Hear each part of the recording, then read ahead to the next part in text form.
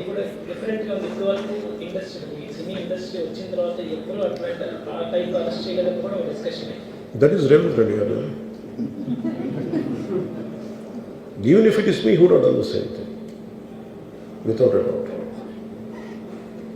He is Ravindra Reddy.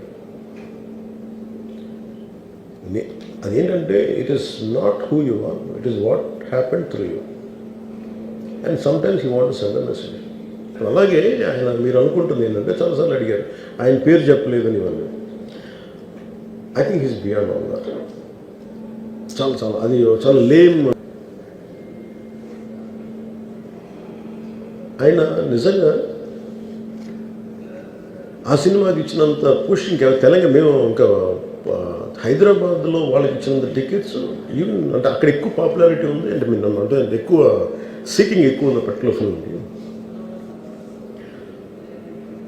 దాన్ని encourage చేశారు కదా, ఎక్కడ ఆయన తగ్గించలేదు కదా. ఇప్పుడు మనం ఎప్పుడు తప్పు అనుకోవాలి ఆయన్ని జగన్ గారు లాగా కూర్చోబెట్టి నలిపేసి చేస్తే ఇవన్నీ చేస్తే కక్షపూర్తం చేస్తుంది. బట్ అలా కాదు. అంటే Telugu he stood by Telugu film industry. ఈ పర్టికులర్ ఫిల్మ్కి హీ గేవ్ బెనిఫిట్ షోస్, డబ్బులు ఇచ్చారు, దానికి డబ్బులు పెంచారు. The gain a lot of momentum off it.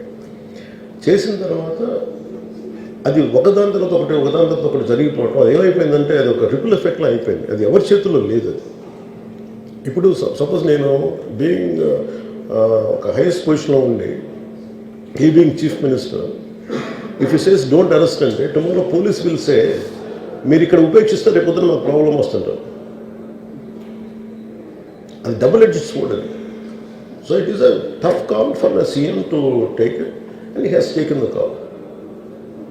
So ఇవన్నీ చూస్తే సింపుల్ ఏమనిపించిందంటే ఎక్కడో ఒక మానవతా దృక్పథం లోపించింది ఓవరాల్గా.